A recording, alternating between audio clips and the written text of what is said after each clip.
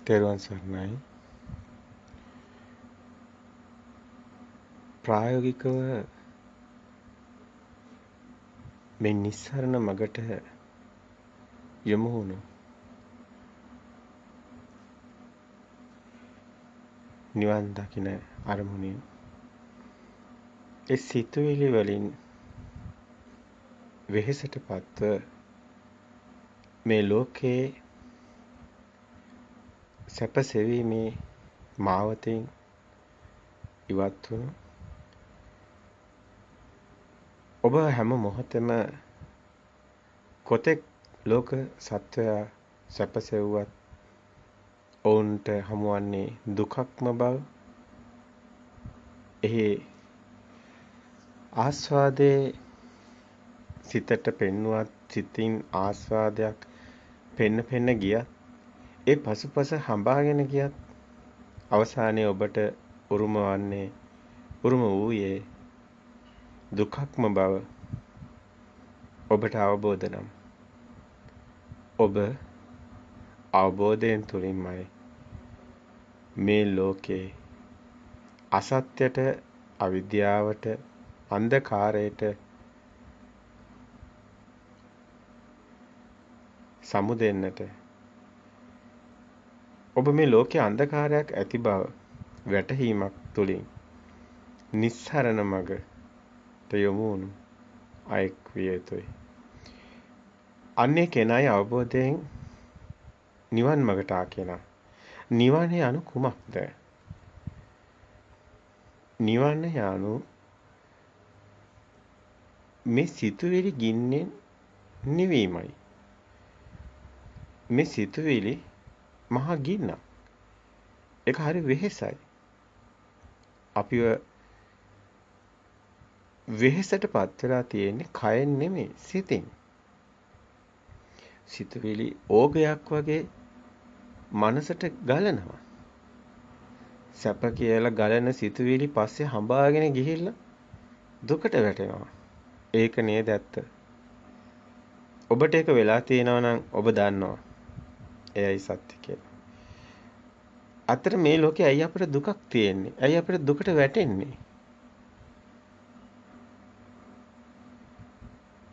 ඇත්තටම මේ ලෝකේ මේ දුක අවබෝධ කරගන්න මේ දුකට හේතුව අවබෝධ කරගන්න මේ දුකෙන් මිදෙන මගක් සොයාගන්න මේ තියෙන දුකක්ම බව අවබෝධ වුණු කෙනෙක්ම තමයි වෙහෙස දරන්නේ. ඒ තාක් ඔබ ඊට යොමු යන්නේ නැහැ. ඔබ ආවට ඉන්න කෙනෙක් සමග කතා කළොත් ඔහු අහයි ඔබගෙන් අයි ඔබ නිවන් දකින්නේ. ඔහුට එහෙම ගැටලුවක් නැහැ. ඒක නිසා ඌ එහෙම අහනවා. ඔවුන් සමග වාද කිරීමෙන් පළක් නැහැ. මේක වාද කරන්න පුළුවන් කාරණාවක් නෙමෙයි. ඔහුටම වැටහුණු දවසක ඔහුත් යමක් අවබෝධ කරගන්නවා. වටහා ගනිවි. ඒ තාක් මිරිගුව සත්‍යයක්සේ ඔවුන්ට දැනේවි. මිරිගුව සත්‍යයක් නොවේ. මිරිගුව මායාවක්. නමුත් මේ මායාව සත්‍ය ලෝකයේ මායාව. සැබෑ ලෝකයේ හීන දකින කෙනෙකුට මායාවෙන් ගැන කිව්වට ඔවුන් ඒක වටහා ගන්නේ නැහැ. අපි නිහඬ වෙමු. හැමෝටම අවස්ථාවක් තියෙනවා. හැම කෙනෙකුටම මේ සබහාදහම තුළ හිමි අවස්ථාවක් තියෙනවා. කලබල විය යුතු නැහැ. මේක කිසිවෙකුට කිවීමටවත් අවශ්‍ය කාරණයක් නෙවෙයි.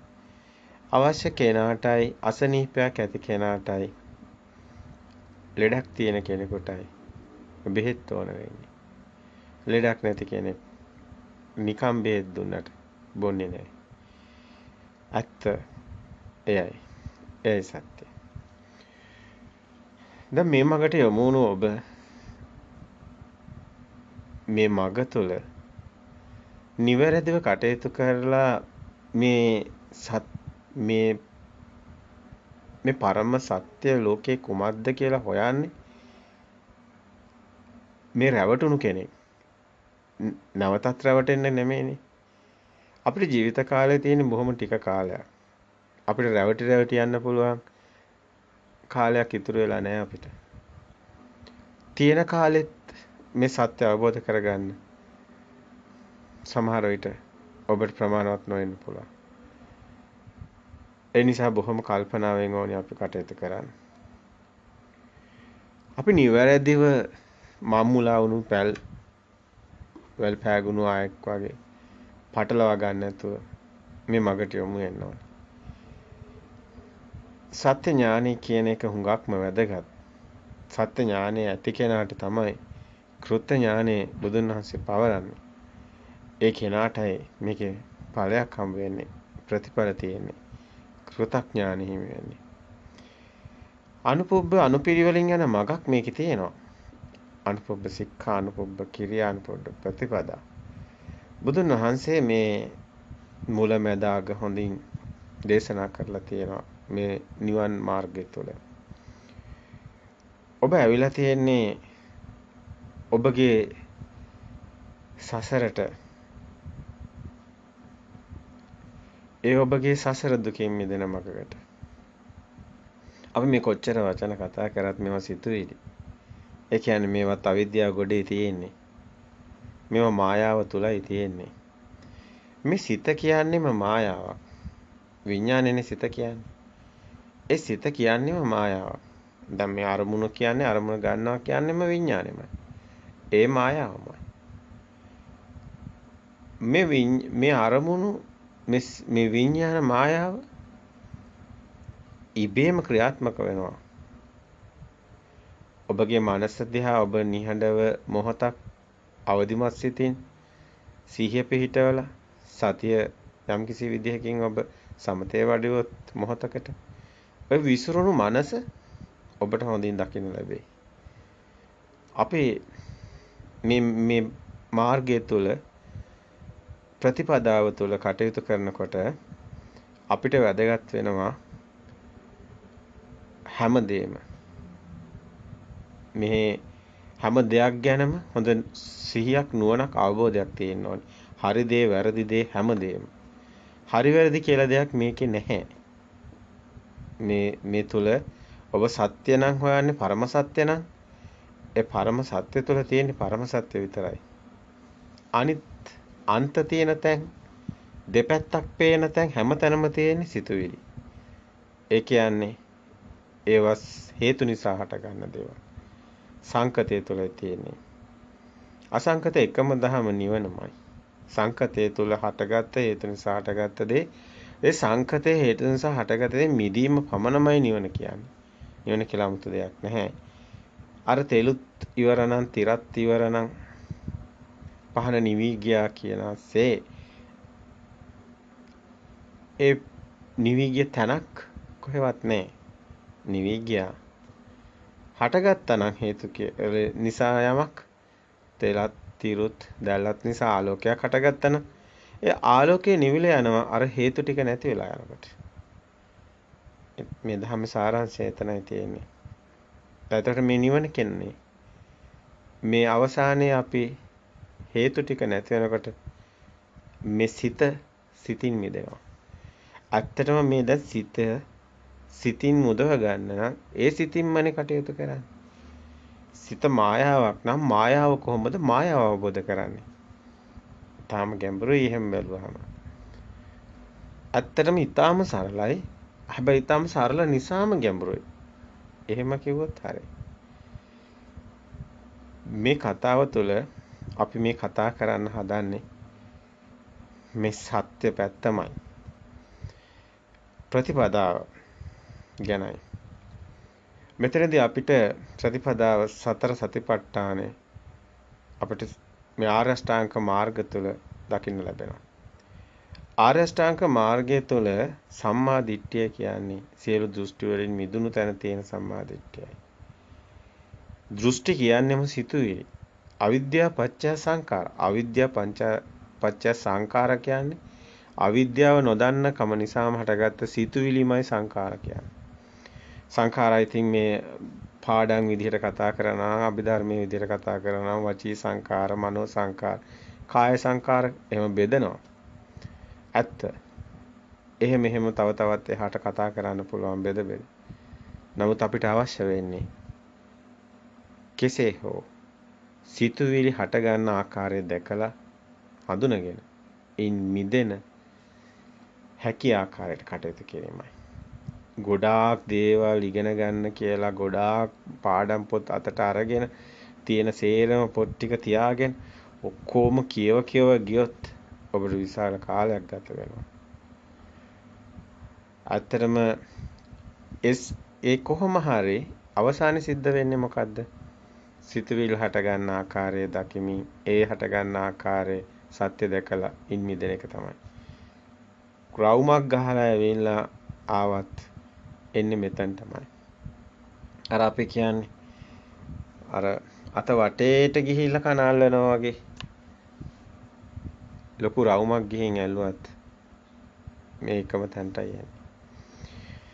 එහෙමනම් මේ සිත අවබෝධ කරගන්න ඕනි. සිතේ මායාව අවබෝධ කරගන්න ඕනි. සිත කියන්නේ මොකද්ද? අරමුණක් ගැනීම. සිත. ඔබට දැන් එන්නේ සද්ද අරමුණ. එහෙමනම් ඒ සද්දේ එන්නේ කනෙන්. අපි සරල භාෂාවෙන් කතා කරොත් අපි එදිනෙදා කතා කරන මේ සම්මුතිය තුළම ඉඳගෙන කතා කරොත් අපිට ద్వාර හයක් තියෙනවා. අස කන දිව නාසය කය මන. මේ හරහා සිතුවිලි එනවා. මෙන්න මේ ద్వාර හය හරහා එන සිතුවිලි. සිතක් උපදින හැම මොහොතෙම අපි හොඳ සිහියෙන් දකින්න ඕනේ. එක මොහොතක උපදින්නේ එක සිතක්. ඒ සිත ඉපද නිරුද්ධ වෙලයි ඊළඟ සිත උපදින්නේ. ඒ ඉපදුණු සිත ශබ්දයක් නම් ශබ්ද සිතක්. කියන්නේ සෝත විඥානය. ඒක වර්ණයක් නම් ඒක චක්කු විඥානය. ඒක සුවඳක් ගඳක් නම් ඒක ගහන විඥානයක්. ඒක රසක් නම් ඒක ජීවා විඥානය. ඒක පහසක් නම් ඒක පොට්ටබ්බ විඥානයක්. කාය විඥානයක්. හතර මහා භූත අපි කතා කරනවානේ ඝන, ද්‍රව, වායු, රස්නි, සීතල. ඒ තමයි පොට්ටබ්බ කියන්නේ. කයට දැනෙන්නේ පහසට දැනෙන්නේ.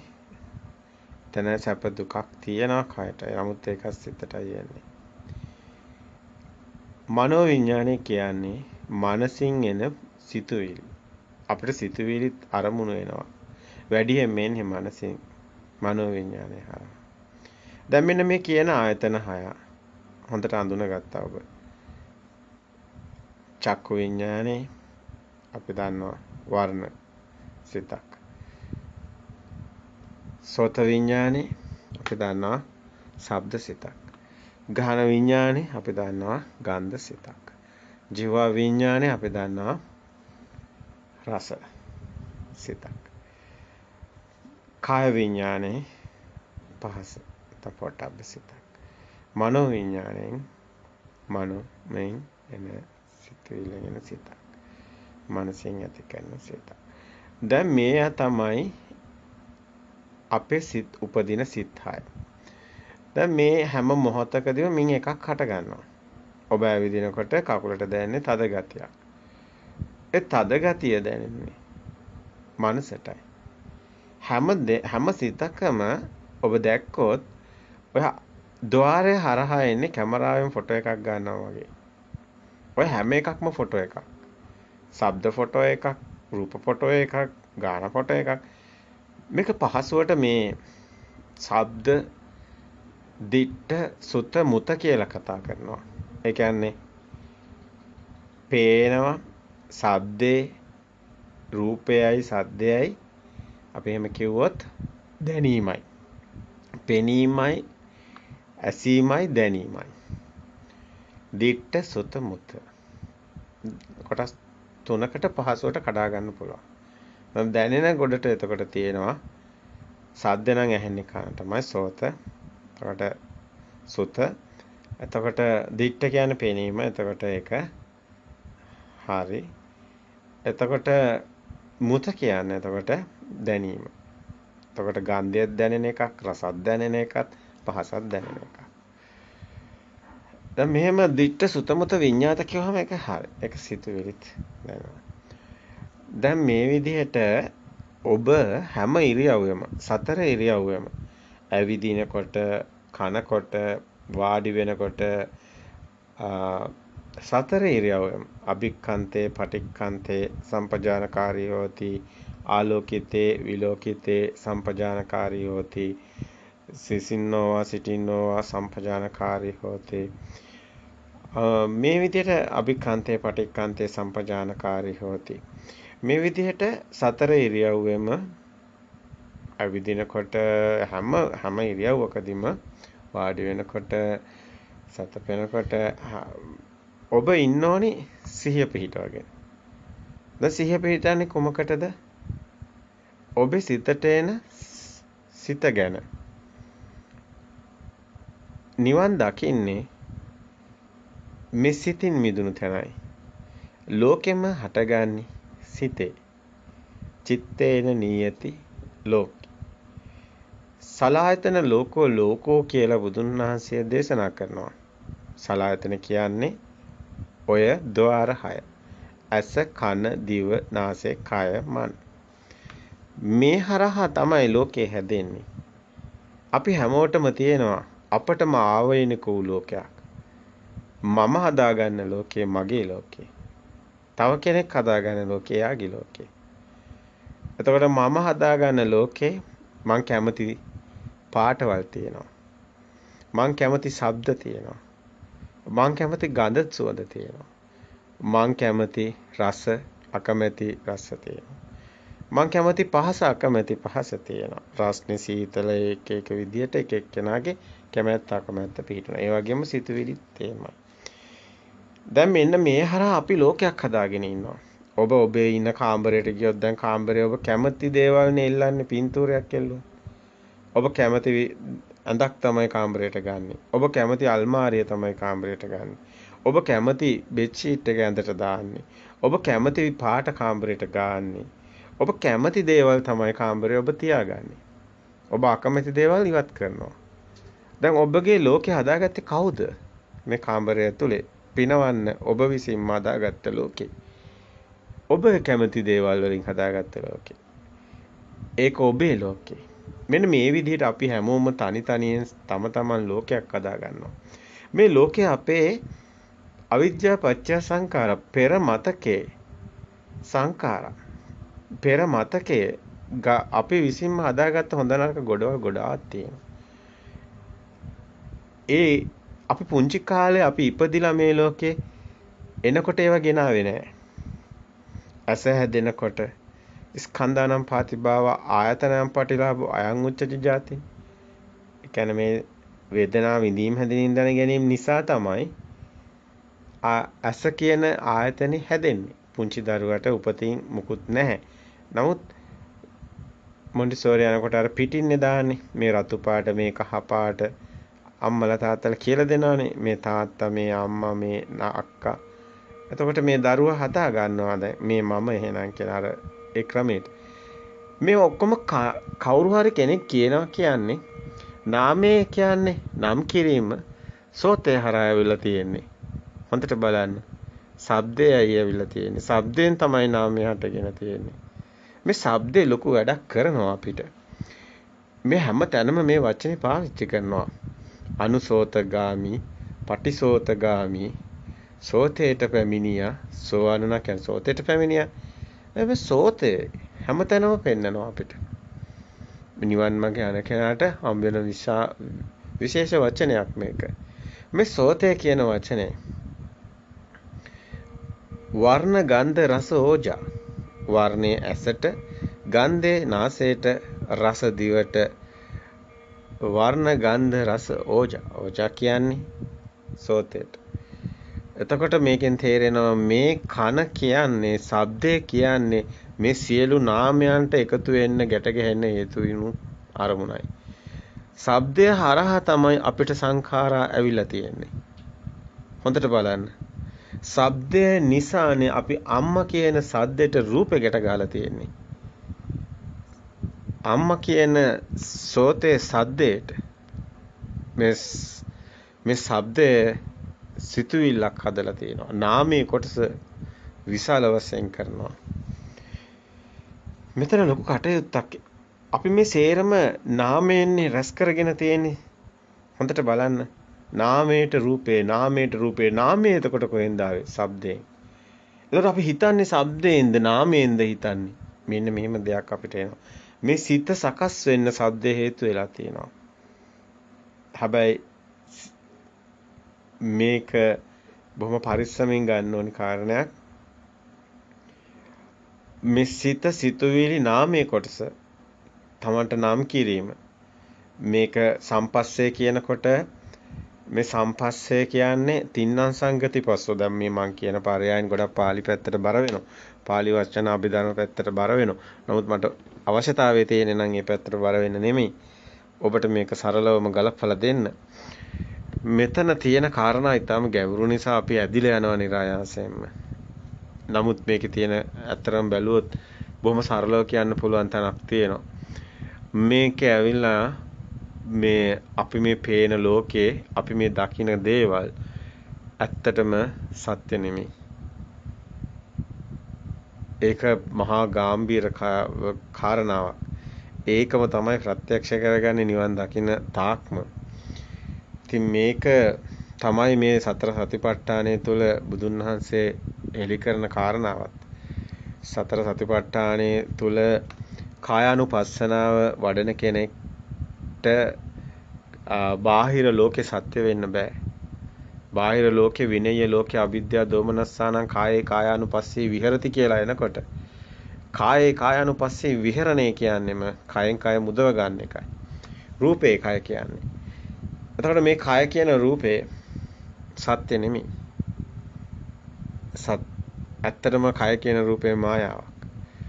මේක කායානුපස්සනාවේදී රූපයෙන් මිදෙන ආකාරය හොඳින් පැහැදිලි කරනවා.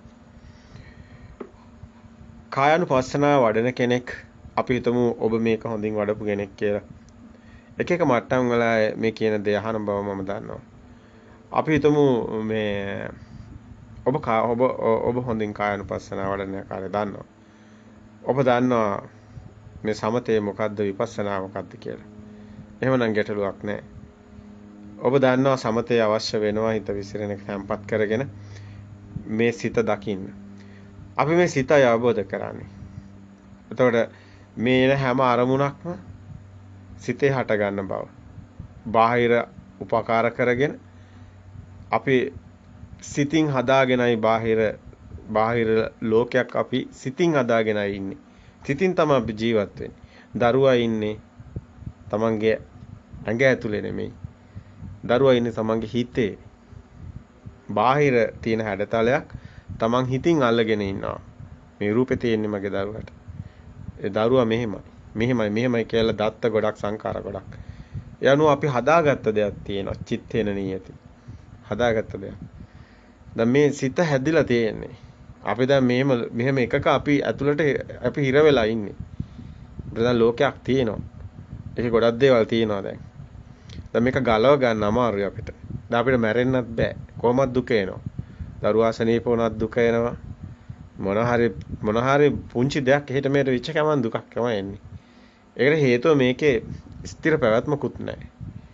මේ සිතුවිලිත් එහෙමයි. හටගෙන නිරුද්ධ වෙනවා ඊගාව සිතුවිල්ල අලුත් සිතුවිල්ල. හැම මොහොතෙම එක් සිතක් තමයි සිත තුළ හටගන්නේ.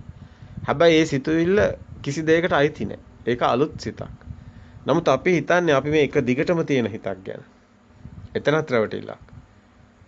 එතනත් අපි රැවටිලා ඉන්නේ. එතකොට අපි මේ ලෝකයේ ඇත්ත කරගෙන ඉන්නේ. අපි තවත් මේ ලෝකයේ ඇත්ත කරගන්න නම් මේ ධර්මයේ තුල ඒක නිවන් මඟ වෙන්නෙත් නැහැ. ඒක ඔබ ධර්මයේ වෙන්නෙත් නැහැ.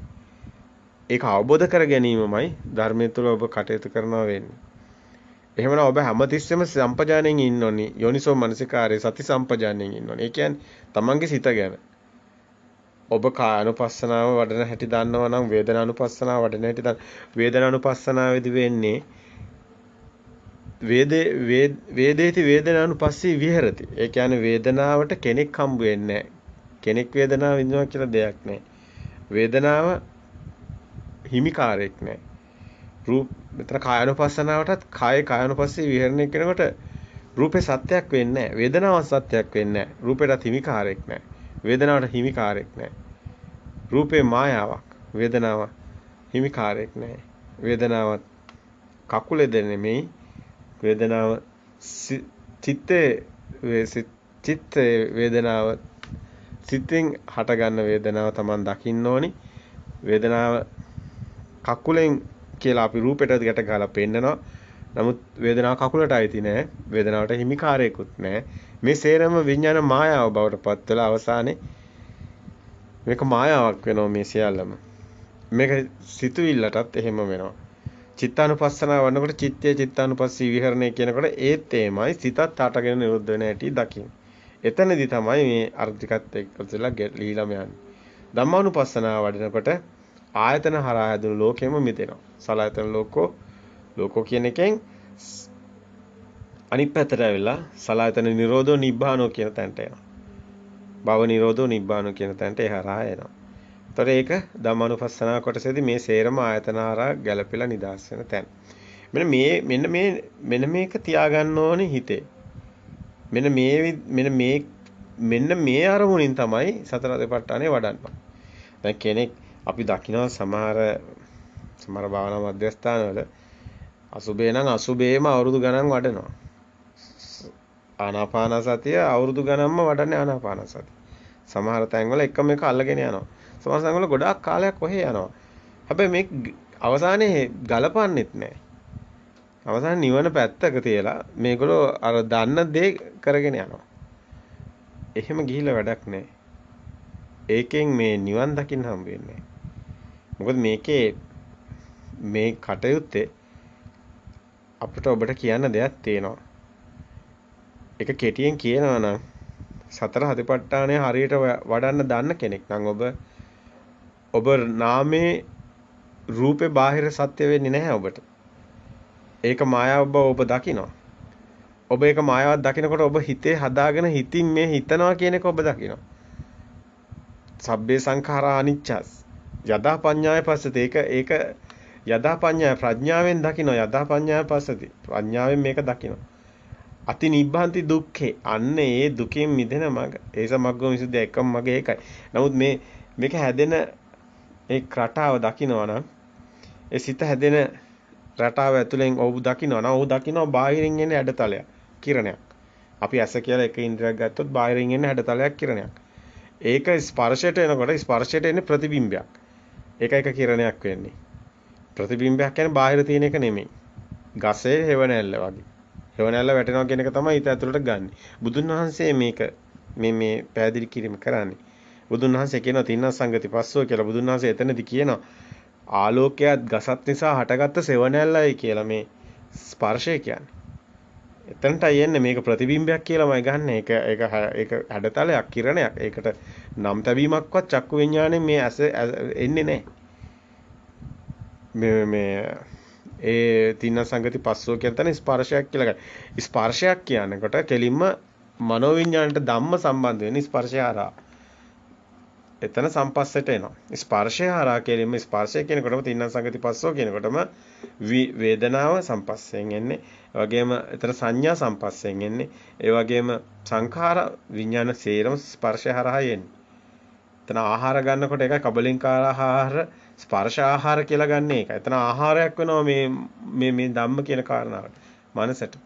මේ සියලු ප්‍රතිබිම්බ කියන්නේ ශබ්දයක් එන්නේ මේ විදිහමයි. සත්‍ය නෙමෙයි. ඒ විදිහමයි ගන්ධය, ඒ විදිහමයි රස, ඒ විදිහමයි සියලුම ආයතන හරහා එන්නේ. ඒවා එකක්වත් සත්‍ය නෙමෙයි. ඒවා සේරම කිරණ මට්ටමක් කියලා දැක්කොත් හොඳයි. මේ බාහිරට නොගිය හිතක් තමයි අපිට තියෙන්නේ. මොකද ඔබට දැන් වතුර තිබහක් කියන්නේ සිතුවිල්ලක්. දැන් වතුර තිබහ සිතුවිල්ල වුණාට සිතට කවදාවත් බෑ ওই වතුර බොන්න. ඒක කරන්නේ මොකද්ද? අපි දානවා අර කයට. කට ඇරලා කටට දානවා. කට දැම්මම ඒක යනවා ආමාශයට. ආමාශයට ගිහිල්ලා දෙනවා. දැන් ඔතන එන්නේ කටට දැනෙන්නේ තද ගතියක් විතරයි. කාය විඤ්ඤාණයට. දැන් චක්කු විඤ්ඤාණයට පෙනුමක් තියෙනවා. මෙහෙම දානවා කියන්නේ. නමුත් ඇත්තටම සෝත විඤ්ඤාණයට සුජෝජු කරලා සද්දයක් කියයි ඕනනම්. ඒක මනෝ විඤ්ඤාණයෙන් තමයි ඒ උනාට තීරණය කරන්නේ වතුර බිව්වා කියලා. එහෙම දෙයක් ඒ උනාට කවදාවත් ඒකයි සිතුවිල්ලට බාහිරට යන්න බෑ. ඒකයි මනෝවිඤ්ඤාණයට සිතට බාහිරට යන්න බෑ. ඒක ඉන්නේ ධම්මත් එක්කමයි. විඳීම හැදීම දැන ගැනීමත් එක්කමයි ඉන්නේ. හැමතිස්සෙම මනෝවිඤ්ඤාණය ගනුදෙනු කරන්නේ ධම්ම මනසට අරමුණු කරන්න පුළුවන් ධම්ම විතරයි. හැබැයි මේ ධම්ම හැදෙන්න නම් ස්පර්ශය ඕනි. බාහිරින් ස්පාක් වෙන්න ඕනි. ස්පාක් වෙනවා කියන්නේ ඔබ දැන් දකින්නවනේ මොන හරි දෙයක් දැන් අවුවට මොන හරි කණ්ණාඩියක් තිබ්බම කණ්ණාඩිය දිලිසෙනවනේ. අන්න ඒකට කියනවා ස්පාක් වෙනවා. මේ ප්‍රසාදවත් වෙනවා කියන එක. ප්‍රසාදේ තියෙනවනේ. කාය ප්‍රසාදේ, චක්කු ප්‍රසාදේ, ගාන ප්‍රසාදේ, જીවහා ප්‍රසාදේ, සෝත ප්‍රසාදේ තියෙනවා. උතන අභිධර්මයේ පෙන්නනකොට කියනවා ප්‍රසාද රූප හැදෙනවා කියලා. රූප කලාප 54 එකතු වෙලා ප්‍රසාද රූපයක් හටගත්තා කියලා ඒ රූපේ හැදිච්ච කලාප වලට බෙදනම පෙන්නනවා. චතු සමුට්ඨානහර, කම්මචිත්ත ඍතු ආහාර කියලා දසක වලට කඩලා ওই විදිහට පෙන්නනවා. එතකොට ඊට පස්සේ ඒක පටික සම්පස්සට අධිවචන සම්පස්සයක් කළා. ඒ ආකාරයේ ලිංගයේ නිමිති ඒ ಉದ್ದೇಶ ඇති කාලේ ඒ ආකාරයේ ලිංගයේ නිමිති ඒ ಉದ್ದೇಶ ඇති පටික සම්පස්සට අධිවචන සම්පස්සයක් කළා. ස්පර්ශය දෙපැත්තට බෙදනවා ටක් ගාලා. බාහිරින් එන එක පටිගයක් කියලා පේනවා වැදුනා කියලා. ආලෝකයක් නම් ආලෝකෙට ස්පාක් වුණා. ඒක තමයි ස්පර්ශය කියන්නේ. තන ගන්නවා තින්න සංගති පස්ස. තුනක එකතුවක් කියලා. තුනක එකතුව කියන්නේ හේතුව තමයි මෙතන අසත් රූපයත් ඇසේ විඥානයත් කියන තුන. ප්‍රසාදයක් කියන්නේ නිකන් නෙමෙයි. දැන් ආලෝකයත් ගසත් පොළවත් නිසා තමයි සෙවණැල්ල. ඒ වගේම තමයි තින්න සංගති පස්සෝ. මේක ඇවිල්ලා බාහිර ඒ කියන්නේ ප්‍රතිබිම්බේ වැටෙනවා කියන්නේ ගස ප්‍රතිබිම්බේ ගසට අයිතිත් නැහැ. අතරම මේ ප්‍රතිබිම්බේ ආලෝකයට අයිතිත් නැහැ. ප්‍රතිබිම්බය කියන්නේ හේතු නිසා හටගත්ත ඵලයක්. ඒකයි හේතුඵල ධමයක් මෙතන තියෙන්නේ. මේ මෙන්න මේ අවබෝධය ඇති කරගන්න තමයි අපි සතර සතිපට්ඨානෙ වඩන්නේ. මේක සත්‍යයක් නෙමෙයි. මේ බාහිරට යන කෙනාට බාහිරත් එක්ක ඉන්න කෙනා දුක් විඳිනවම තමයි. මොකද මේක ඇතුළාන්තේ තව ලොකු කතාවකුත් තියෙනවා. මේකට ගැට ගැහිලා. මේක ඉතින් කර්මයක් බවට පත් වෙනවා. කර්ම රැස් වෙනවා. අපි මේ පැත්තට එමු පස්සේ. මෙතන දැන් අපි ගමු මේ ඇත්තටම අපි නිවන් දකින්න කියලා කරන්නේ මේ සිතින් මිදෙනවා කියලා කරන්නේ සිත හැදෙන හැටි දැනගන්න ඕනේ. සිත හැදෙන හැටි දන්න හුටයි දැනගත්ත හුටයි පටිපදාව පනවන්නේ. ඒ කියන්නේ සත්‍ය ඥානය කියන්නේ ඕක දැනගන්න කෙනාට. දර්ශන සමාපත්තිය කියන්නේ ඔය දර්ශනය කියන්නේ ඕක. මේක තමයි බුදුන් වහන්සේ ලෝකෙට හෙළි කරන දර්ශනය. මේ දර්ශනය අවබෝධ කරගන්න ඕනේ. අන්න ඒ හුටයි සම්මාදිට්ඨිය තියෙන්නේ. අතර මේ අවබෝධ කරගත්ත කෙනා සතර පායෙන් මිදෙනවා. සෝවාන් වෙනවා. නැවත සෝතයට යන්නේ නැහැ. මොකද ඒ කෙනා පටිසෝතගාමී වෙනවා. අනුසෝත වෙන්නේ නැහැ. මොකද බාහිර ඇත්ත වෙන්නේ නැහැ යාට. විනයී ලෝකෙට එනවා. අවිද්‍යාව දෝමනස දුක්ඛ දෝමනස් මිදෙන පැත්තටම එනවා. මේ කතාව සතර සතිපට්ඨානේ වඩන කෙනා ඒකයි කියන්නේ ඒ කාන්තේම වැඩිම වුණොත් අවුරුදු 7යි අඩුම වුණොත් මෙයා දවස් භාගයයි නැත්තම් දින 7යි. මේ අවුරුදු 7ක් යන කලින් මෙයා මේ බුදුන් වහන්සේ කියනවා සාන්දිටිකයි අකාලිකයි ඒපස්සිකයි ඕපනායක ඒව ඇවිත් බලන්න කියලාම කියනවනේ හැමෝට. මේක ආගමක් එහෙම ගැටලුවක් නෑ. ඕනම කෙනෙකුට පුළුවන් මේ ධර්මතාවයේ ලෝක සබහා දහම වගේ ධර්මතාවයක්. මේ අපේ බඹයක් පමණු ශරීරයේ තියෙන මේ අසකන දිවනාසය කියන ඒවෙන් අපි මේ දුක් විඳින්නේ සැප විඳින්නේ කොහොමද? මේ හිතක් හටගන්නේ කොහොමද කියන එක. ඒ හිත හටගන්න හැටි විද්‍යාවක් මේක. ඒකයි අවිද්‍යා ඝනාඳුරට විද්‍යා ලෝකේ කියන්නේ. මේක විද්‍යාවක්. ඉතින් මේ විද්‍යාව කියන්නේ සත්‍ය. අරක නොදන්නකම. අවිද්‍යාව තුල අපි ඉන්න තාක් දුකේ. ඉතින් මේකේනා මේ මෙරි උපදින සසර අවබෝධ කරනවා. අවබෝධ ඥානය. සන්තිකේ නිබ්බිදාය අවබෝධයෙන් මිදෙනවා. මේක පරම සත්‍යයක්. දැන් මෙන්න මේ අපි කිව්ව කාරණේ ඊටාම වැදගත් ස්පර්ශය කියන එක. මේක තදංග ප්‍රස්තපස්චය. කවුරු හරි කෙනෙක් වාද කරන්න ආවම ඉදිරිපත් කරන හැම වාදයක්ම බුදුන් වහන්සේ කටින් මුලින් එක වචනයක් පිට වෙනවා. ඒ හැම වාදයක් තැනදීම තදංග ස්පර්ශ ඒකත් ස්පර්ශපත් හරහානේ එන්නේ. ඒකත් ස්පර්ශ ප්‍රත්‍යයෙන් හටගත්ත දෙයක් කියලා බුදුන් වහන්සේ ඒවලම අනිත් පැත්තට ඒවලම මේක කඩලා ඉවරයි. ස්පර්ශය කියන්නේ ප්‍රතිබිම්බයක් කියන එක. ඔබ යමක් කියනකොටම ඒක ස්පර්ශයෙන් නම් එන්නේ.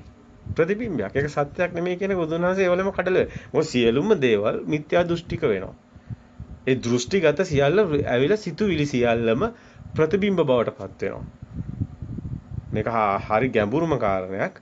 ඕනම කෙනෙක් ඒක කතා කරනකොට අපිට තේරෙනවා මෙයා ඉන්නේ ප්‍රතිබිම්බ ඉදිරිපත් කරද නැත්නම් සත්‍යයත් එක්කද කියලා. සත්‍යත් එක්ක ඉන්න කෙනා මහා ගාම්භීර කෙනා. ඒ වෙලා මේ ලෝකේ තියෙන පරම සත්‍ය යාට අවබෝධ වෙලා තියෙන්නේ. ඒ නිසා යා සිතුවිලි නෙමෙයි හරඹ කරන්නේ. සිතුවිලි වලට එහා ගිය ඥානකින් ඔහු කතා බහ කරත් ඒක යනවා ඊට එහා ඥානයක් කරා. ඒක අපිට තේරෙනවා. ඉදිරිපත් කිරීම හරහා. මේක තමයි දැන් මේ ස්පර්ශය කියන තැන තියෙන වැදගත්කම. ඒතකොට මේ ස්පර්ශයෙන් තමයි ඒ ස්පර්ශ විච්ඡ දේ තමයි විඳීමට ලක් වෙන්නේ. ඒ වේදනා ඒ හරහා ඒ වේදනා කියන්නේ මේක ඒම වේදනාවුද මේ දැන් පාට වේදනා, සද්ද වේදනා, රස වේදනා කිය විඳීමක් වගේ එකක්. ඒක විඳීමක් කියන්නේ දැන් ඔබ දැක්කොත් එහෙම වෙනසක් සිද්ධ වෙනවනේ දැන් මේ පොළවට වතුර ටිකක් කරනකොට පොළවේ වෙනසක් සිද්ධ වෙනවා. අනේ වෙනස තමයි විඳීම කියන්නේ.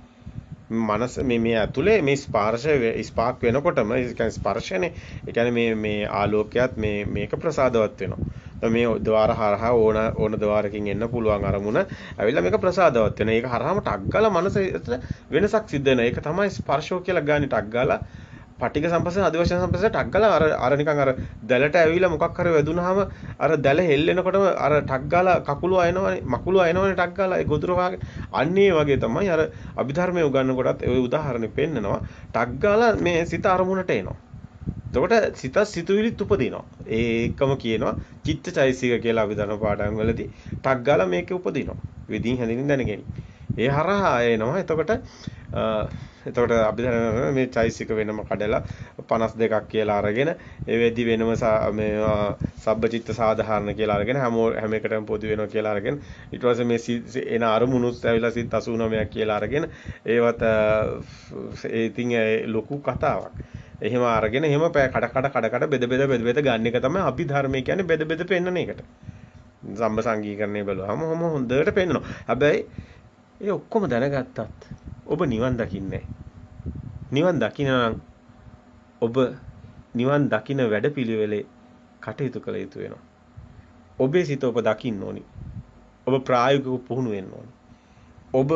ඔබේ මේ බඹයක් පමණු ශරීරයට ඔබගේ සිතට හැම මොහොතෙම ඒන ස්පර්ශ ආරයන අරමුණු ඒ මොහොතෙම ඔබ නුවණින් දකින්න ඕනි.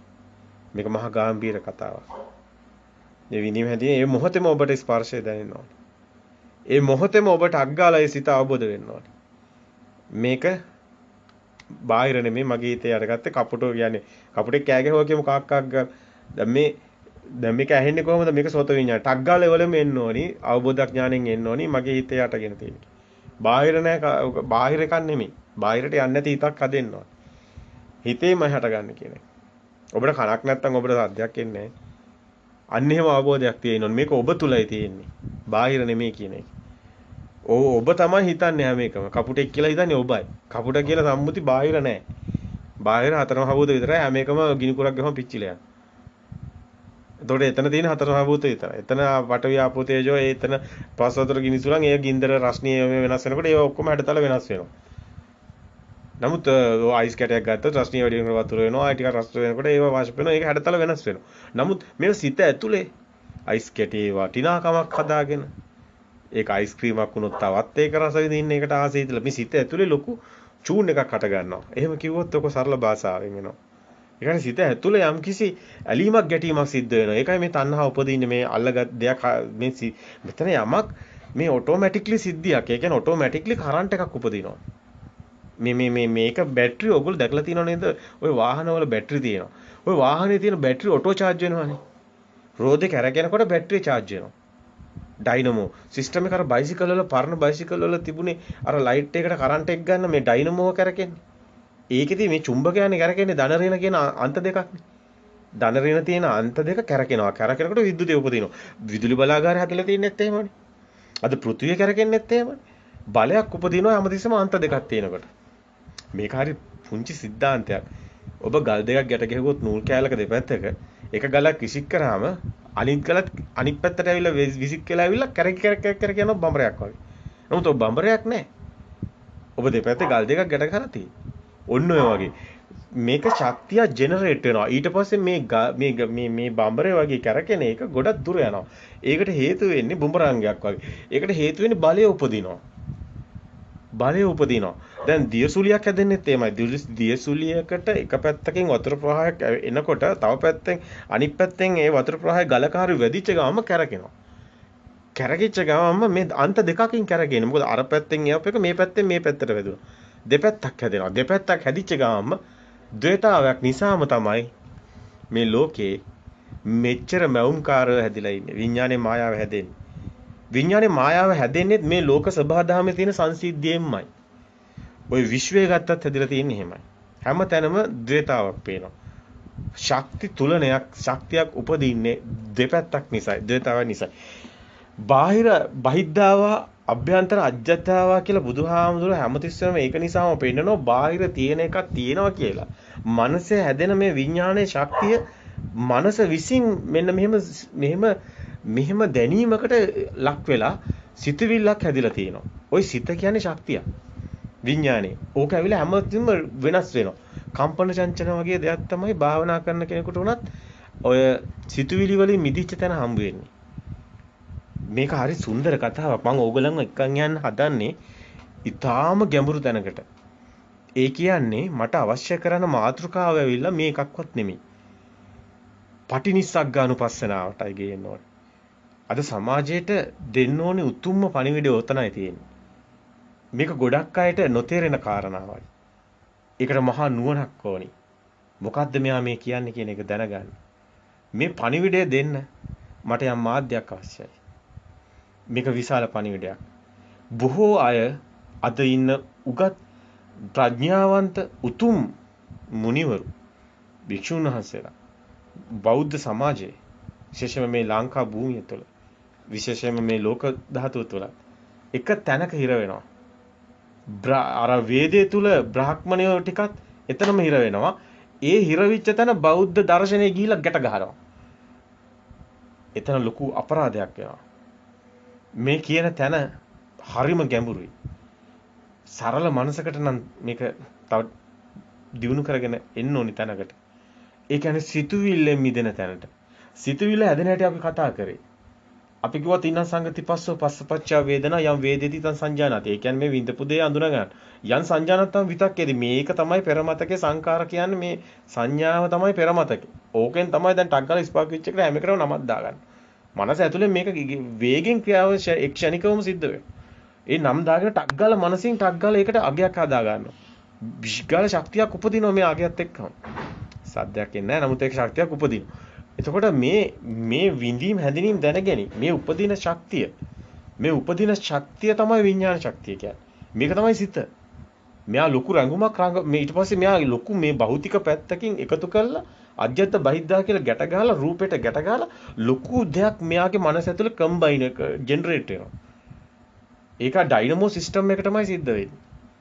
මේක ශක්ති ජෙනරේට් වීමක් සිද්ධ වෙනවා. මේ මනස ඇතුලේ සිතුවිලි උපදිනවා. ඒ සිතුවිලි තමයි ටක් ගාලා මේ කර්මය කියන්නේ සිතුවිල්ල. ටක් ගාලා මේක කන්වර්ට් වෙනවා අபிසංකරණයකට. මොකද මේ හිත ඇතුලේ එයාට හිතෙනවා හරි දෙයක්, එයාට හිතෙනවා වැරදි දෙයක්, එයාට හිතෙනවා හොඳයි, එයාට හිතෙනවා නරකයි. එයා මේක අபிසංස්කරණය මේ ඔටෝමැටික්ලි සිද්ධ වෙනවා. ඔටෝමැටික්ලි ඔහු තුලම ශක්තියක් මනස තුලම විඤ්ඤාණ ධාතුව ශක්ති ජෙනරේට් වීමක් සිද්ධ වෙනවා. මේ හරහා සසර පතයක් බුදුන් වහන්සේ පෙන්නනවා මේක මිදුන් නැත්තම් මේ කෙනාගේ මේ ශක්ති ජෙනරේට් වීම දිගටම යනවා කියලා. මේක හේතු නිසා අටගෙන හේතු නැති වෙන සිස්ටම් එකක් තියෙන්නේ. මේක අවබෝධ වුණු කෙනාට වෙනම කතාවක් තියෙනවා. අවබෝධ නොවුණු කෙනාට වෙනම කතාවක් තියෙනවා. පු탁ජන භූමිය අවබෝධ නොවුණු භූමියනේ.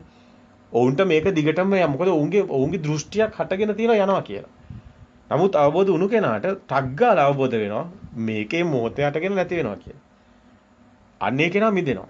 ඒ කෙනාට මේ ශක්තිය ජෙනරේට් වෙන්නේ දැන් ඔබ චුම්බකයේ කැරගෙනවනේ බයිසිකල් ඩයිනමෝ දනරේන. දැන් මේ කැරගෙනකොට කරන්ට් එක උපදිනවනේ මේකම තමයි මේ සරල સિદ્ધාන්තය. විදුලි බලාගාරේ කරන්ට් එක අර මෙගාවොට් වලින් හදන ඒ දැවැන්ත බලාගාරේ සිස්ටම් එකම මනසේ වෙනවා. ඒ සාරාංශම තමයි මේ තියෙන උපමාව උපමේයට බලන්න. ඒකම තමයි වෙන්නේ. මෙතන ජෙනරේට් වෙනවා. ඒ ජෙනරේට් වෙන එකට කර්මපතයක් විදිහට ජෙනරේට් වෙන්නේ. 33000 වගේ තමයි ඒක.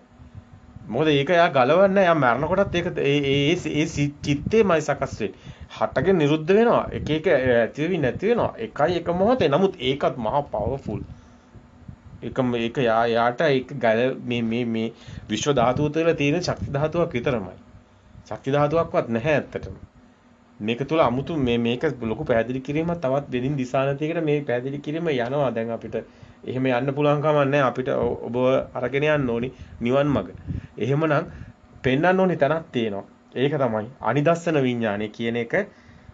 ඔය සංඥාවට විතරක කළා යම් සංජානාති තම විතක්කේ කියලා ඔබ හදාගන්න ඒ විඥානේ දැන ගැනීම. ඒ පෙර මතකයෙන් ගලපලා මේ ආපු අරමුණ ටක් ගාලා දැන ගැනීමකට ලක් වෙනවා. අන්නේ දැන ගැනීම බාහිර තියෙන රූපේ හැඩතලේ ටක් ගාලා ආයි ඈ හදාගෙන බලනවා. ඒකයි අජ්ජත් බහිද්දා කියන්නේ. ඒකයි අන්තෝ ජට බහිජට කියන්නේ. ආයි ඇස හදාගෙන ආයතනේ හදාගෙන බලනවා. ස්කන්ධානම් ප්‍රතිභව ආයතනම් පටිලාභව ආයි ආයතනේ හදනවා. අර ටක් ගාලා ඒ ෂණිකවම අනිත් පැත්තට එළිය ඒක බලනවා. ඒකම කියලා එළිය තියෙන එක ටක් ගාලා යාට හිතෙනවා ඒකමයි කියලා. හිතුණු එකමයි කියලා. හිතුණු එක නෙමෙයි. හිතුණු එක හිතේ එකක්. එළිය තියෙන වෙන එකක්. ඕකයට තේරෙන්නේ නමුත් ඒක තේරුණු දවසට එයා අනිදස්සන විඥානේ අපපටිච්ච විඥානේ යට උපදින්නේ. පතිත වෙන්නේ විඥානේ නිෂ්ප්‍රභා වෙන එතනම ජෙනරේට් වෙන්නේ නැහැ ශක්තිය. ශක්තිය ශුන්‍යත්වය එතනම සිද්ධ වෙනවා. දැන් මොකද වෙන්නේ? දැන් මෙයා ශුන්‍යත්වය කරා යනවා.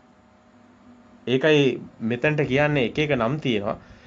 මෙතන ආනාපාන සතියෙන් ගියත් මෙතනට එන ක්‍රමයක් තියෙනවා. මේක හැබැයි සතිය බ්‍රාහ්මණයෝගේ ක්‍රමේ නෙමෙයි. මේ අවබෝධඥාණයෙන් එන්නේ ඒගොල්ලෝ අවබෝධඥාණයෙන් නැතුව යන්නේ. මෙතනදී මෙතන ඒකෝ කියන තැනට එනවා. ඔබ හුස්ම ඒකාග්‍රව හුස්ම නොදැන තැනට එනවා. ඕක එන්නේ ඔතනට විමෝචයන් චිත්තං කියන තැනට එනවා. ඕක ඔබට හොඳට මට පෙන්වන්න පුළුවන් ක්‍රමයක් තියෙනවා. සබ්බකාය පටිසංවේදී අස සිස්සාංශ වාස්සිසාම ඕම ඇවිල්ලා ප්‍රීති පටිසංවේදී සුඛ පටිසංවේදී චිත්ත සංකාරම් පටිසංවේදී ආය එනවා අතනට විමෝචයන් චිත්තං කියලා. අතන එනවානේ විමෝචයන් චිත්තං අස සිස්සාම පස්සිසාම කියන සබ්බකාය පටිසංවේදී කියන තැනින් චිත්ත සංකාර පටිසංවේදී අස සිස්සාම පස්සිසාම කඩනවා හිතින්. රූපෙන් කඩලා හිතින් කඩනවා. මොකද තොලාග්‍රේ කියන එක රූපේ. ආය කඩනවා මනස ඇතුලේ. චිත්ත සංකාරම් පටිසංවේදී කියන එතනින් කඩලා සබ්බකාය පටිසංවේදී කියන තැන චිත්ත සංකාරම් පටිසංවේදී කියලා එතනින් කඩලා මේක එනවා විමෝචන චිත්තං කියන තැනට. එතනදී අභිප්‍රමෝදං චිත්තං. මොකද දැන් මේක මනසේනේ තියෙන්නේ. විමෝචන චිත්තං කියන තැනින් පස්සේ මේ චිත්ත සංකාරම් කියන තැනින් පස්සේ සබ්බකාය පටිසංවේදී චිත්ත සංකාර පටිසංවේදී කියන තැනට එනවනේ. එතනට ඇවිල්ලා මෙතනින් ඇවිල්ලා කඩනවනේ. එතනින් දෙක පැත්ත රූපෙන් කැඩිලා නාමයෙන් කැඩිලා මෙයා එනවා. ඊට පස්සේ අභිප්‍රමෝදං චිත්තං සමෝදයන් චිත්තං ඒ විදිහට නාමයේ ඇතුළෙත් මෙයා මේ වෙලා නාමයේ සිතට දැන් මේ දැනින්නේ හුස්ම අනේන එක. ඒකෙන් මිදෙන තැන තමයි විමෝචන චිත්තං කියලා එන්නේ අතනට. මේවා ඉතින් පේන්නන පැතිකඩන් ගොඩාක් තියෙනවා මේ තැන්වල හරි දියුණු තැන්නේ. ඉතින් මේවා ඔබට මේවා හරි බැරි දේවල් නෙමෙයි. ඔබට මේක පුළුවන්. ඔබට මේක පුළුවන්. මේක මේ හිත වට්ටලා තියෙන්නේ. හිත අපි විසින්ම අපි හිත වට්ට ගන්නවා. බෑ කියලා. පොඩි නිකන් පොඩි මොනාරි නිකන් පොඩි තැනක හිර වුණොත් එහෙම අපි දිගටම හිතනවා අපි බෑ අපිට පාරමිතා නැහැ අපිට මේක නැහැ අරක නැහැ කියලා අන්තිමට මේ පස්ස ගහනවා. ඒක ඔබේ මායя කියන ඉතින් ඕවටම තමයි. කෙලෙස මාර අபிසංකාර මාර මච්චු දෙය මාර ස්කන්ධ මාර මේ ඔක්කොම කියන්නේ ඔතනටම තමයි. ඔය කොහෙන් ආවත් ඒ පස්ස එන්නේ ආත්මීය ස්වභාවයකින් එන්නේ. අර ජෙනරේට් වුණු ආත්මීය සිතුවිලි වලින් ওই සිතුවිලි මිදෙන එකට ප්‍රතිරෝධයක් දක්වනවා. අන්න ඒකයි මායя කියලා පෙන්නන්නේ. මේක ශක්ති ස්වභාවයකින් මම මේ කතා කරන්නේ. එතකොට මේක ආත්මීය ස්වභාවය ගිලිහිලා මම මේ කතා කරන්නේ. එතකොට ප්‍රතිරෝධයක් දක්වනවා සත්‍ය ස්වභාවය විසින්ම ශක්ති ස්වභාවය මේක යන්නේ පුදුම කතාවක් මේක ඇතුලෙන් යනවා. ප්‍රතිරෝධයක් දක්වනවා. ඒක මායя කියලා පෙන්නන්නේ. නමුත් මේ කියන තැන ඔබට තේරෙන කෙනා අල්ලගන්න, තේරෙන්නේ නැති කෙනා නැවත නැවත මුඩක් බලන්න නැත්නම් හැකියාවක් තියෙනවා ඔබ වාග්යවන්තයෙක් නම් ඔබට හැකියාව ලැබෙයි මේ කාරණාව ගලප ගන්න. කලබල වෙන්න එපා. මෙතන සිතින් මිදෙන තැන දකින්න, අනිදස්සන විඥානය දකින්න. ඒ විඥානේ බාහිරට පතිත වෙන්නේ නැහැ අපපතිත විඥානේ. එතනදී සිතුවිලි අතරම මෙතන සිද්ධ වෙන්නේ සිතුවිලි නෑ නෙමෙයි. සිතුවිලි තියෙනවා. නමුත් සිතුවිලි හරයක් නැති වෙනවා. සිතුවිලි වලට හරයක් නැහැ. සිතුවිලි නිෂ්ප්‍රභා වීමක් සිද්ධ වෙනවා. අර සංකිතේ නිබ්බිදාය කියන අවබෝධයෙන් මිදෙන තැන තමයි මෙතන සිද්ධ වෙන්නේ. දැන් මේ සිත ඔබගේ ප්‍රායෝගික පැත්තෙන් බලනවා ඔබට දැන් එන අරමුණ ඔබ අරමුණ එනවා. අරමුණ ඒ අරමුණේ ඔබ සත්‍ය දකින්න. මේක හිතමයි කියන්නේ ටග්ගල ඒවලම දැනෙන්න ගන්න. මුලින් මේක පොඩ හිතට පෙන්න ගන්න එක තමයි ඔය පෙන්නන්නේ පංච ඉන්ද්‍රිය ධර්මවල. සද්ධා වීර්ය සති සමාධි ප්‍රඥා කියලා. සද්ධා කියන්නේ ඒක දැනගන්න එක, වීර්ය කියන්නේ ඒකට ධර්ම උත්සාහය, සතිය කියන්නේ ඒක දකින්න ඒ සතිය. සද්ධා වීර්ය සති සමාධි කියන්නේ ඒක දකින්න ස්වභාවය. පවත්ව ගන්නවා. සමාධි ප්‍රඥා එතනින් ප්‍රඥාවයි වැඩෙන්නේ. ඒ කියන්නේ විඥානයේ අනිත්‍ය ස්වභාවය දකින්න එකයි ප්‍රඥාව කියන්නේ. ප්‍රඥාවයි ඔකේ අවසානයේ වැඩේ. සද්ධා වීර්ය සති සමාධි ප්‍රඥා. ඒක ඕකම තමයි බල ධර්ම වෙනවා. ඒක ඔටෝමැටික්ලි ඇඟ ඇතුලෙන් ඕක කාලයක් තිස්සේ ඔබ ප්‍රගුණ කරනකොට ඔබට ඒක ඔටෝමැටික්ලි වෙනවා. ඔබ කරනව නෙමෙයි ඔබට වෙනවා. ඔබේ සාමාන්‍ය සිද්ධිය ඕක වෙනවා. ඕක දකින්න එක වෙනවා. ඔබ ඉන්ද්‍රිය බල ධර්ම ක්‍රියාත්මක කරන බොජ්ජංග ධර්ම වැඩෙන පැත්තට එනවා. එතකොට තමයි සති ධම්ම විජය විරිය එතනට එනවා. දැන් සතිය හරහානේ සති ධම්ම විජය විරිය පස්සද්ධි සමාධි උපේක්ඛා කියන පැත්තට එනවා.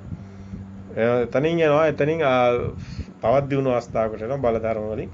අර පැත්තට එන ඉතින් මෙතන සතර සම්‍යක් ප්‍රධාන වීර්ය චංජන් ජනේති වායමති වීර්යං ආරාති චිත්තම් පග්ගාන ඔක්කොම එකට තියෙන්නේ. සතර 이르දිපාද ඡන්ද චිත්ත වීර්ය විමර්ශ ඔක්කොම එක තැන තියෙන්නේ. සත්‍ය බෝධිපාශක ධර්ම එකට තියෙන්නේ. එකට එකම මේකක් තමයි මේ පෙන්වන්නේ. දැන් ඔන්න අපිට ඕනි තැනට ආවා. මොකද්ද අපිට ඕනේ? ශුන්‍යතාවයට. ඔතනට එන්න ඕනි. ඔබ මේ සතර සතිපට්ඨානය වඩනකොට ඔබ එන්නේ ඔතනට. හැබැයි මේ ශුන්‍යතාවය තුළ කිසි දෙයක් නැහැ නෙමෙයි. ඔබ ඇවිදිනවා, වැඩ කරනවා, හැමදේම තියෙනවා, සතර ඉරියව්වෙම ඉන්නවා. නමුත් ශුන්‍යතාවයක් තියෙනවා. ඒ කියන්නේ හිත ඇතුලේ ඒවා සත්‍ය වෙලා නැහැ. සත්‍ය ඔබ දකින්න නුවණින් සත්‍ය දකින්නකොට ඔබ යෝනිසෝ මනසිකාරය කියන්නේ දකින්න එක. ඒකම ආරකාන්ත සීලය තුලත් මේ දකින්න දැකීම ආරකාන්ත සීලය කියන්නේ ස්කන්ධය දකින්න එකනේ. බුදුන් වහන්සේම දේශනා කරනවානේ. ස්කන්ධයේ උදේව දැකීමම මහණෙනි කළ යුත්තේ කියලා. ඔය සතර සතිපට්ඨානය වඩ භික්ෂුන් වහන්සේලා හැමෝටම බුදුන් වහන්සේ කියන සෝවාන් වීම සඳහා කුමද්ද ස්වාමීනි කළ යුත්තේ? ස්කන්ධයේ උදේව දැකීමමයි කළ යුත්තේ. සරියුත් හාමුදුරුවෝ තම ගෝල භික්ෂුන් වහන්සේලාට නිතර ඕක ගැන කියනවා. ස්කන්ධයේ උදේව දැකීමමයි කරන්න තියෙන්නේ. ඒක සෝවාන් වෙන්නත් ඒකමයි කරන්න තියෙන්නේ. සකදාගාමී වෙන්නෙත් ඒ ක්‍රමයෙන්මයි. ඒ ක්‍රමයෙන්ම දියුණු අවස්ථා ටිකක් විතරයි ඔය සෝවාන් සකදාගාමී අනාගාමී කියලා කියන්නේ. එකම දෙයි මේ නිවන් මාර්ගට තියෙන. ඒකායන මග්ගෝ. අයම් බික්කවේ. ස්කන්ධයේ උදේව දැකීම. ඒ කියන්නේ වේදනා සංඥා සංඛාර විඥාන හැදෙන හැටි මේ මොහොතේම දකින්න ඕනේ අරමුණක් ගන්න. ඔච්චරයි කරන්න තියෙන්නේ. ඔච්චරයි කරන්න තියෙන්නේ. ඔබ එනේ නැහැ හැම අරමුණට ඕක පෙන්වන්න ඕනේ. අඩිය තියෙනකොට මේ තද ගතිය මේ එනවා මේ යනවා හැමතිස්සෙම ඒ අර පෙර කකුල තියෙනකොටත් අරක ඉස්සරහා කකුලයි අර කලින් කකුල උස්සනවා ආයි ඉදිරියට කකුල තියෙනවා ආයි පෙර කකුල උස්සනවා ආයි ඉදිරියට හැමතිස්සෙම මේ පෙර මතකයේ එන්නේ පෙර කකුල වගේ ආයි යන්නේ නිකන් අර පුරාණ මිදම් බික්කවේ ඒ ක්‍රමයට යන්නේ පුරාණ මිදම් බික්කවේ කමම තමයි. ඒ කියන්නේ පෙර මතකයෙන් තමයි අපි මේ හැමතිස්සෙම මේ මොහොතේ සිතක් කිව්වට ඒක පෙර මතකයක්. පෙර මතකයක් විතරමයි තියෙන්නේ. ඔය හැමතිස්සෙම ඔබ දකින හැම එකකම පෙර මතකයක් කියන්නේ හැමතිස්සෙම. ඔය වර්තමානයක් නැහැ. වර්තමානයේ හම්බ වෙන්නේ නැහැ. වර්තමානයේ මායාවක්. විඥාන මායාව වෙන්නේ ඒකයි. ওই මායාව අවබෝධ කරන්න බෑ. ඒක අවබෝධ කරන එක ලේසි නෑ. ඒක බුදුවරයෙක්ම ලෝකෙට ඔහොම ප්‍රකාශ කරොත් මිසක් අවබෝධ කරගෙන එකපාරට කෙනෙකුට මේක තේරෙන්නේ නෑ. අද නම් සමහර බුදු වෙලා කියලාත් කියනවා මේ බුදුන් වහන්සේගෙම ඒ කියන දේවල්ම පරිශීලනය කරලා අවබෝධ කරගෙන එයා අන්තිමටම කියන්නේ යනවා මම බුදු වෙලා කියලා. බලනකොට එයා කියන්නේ බුදුහාමුදුරන්ගේ මේ ගාථා ටික. බුදුහාමුදුරුවෝ කියපු අර කේවට්ට සූත්‍රයේ එයා කටින් කියනවා. බුදුන් වහන්සේ කිව්වා කියලා. අද එයා කියන්නේ එයා බුදු වෙලා කියලා.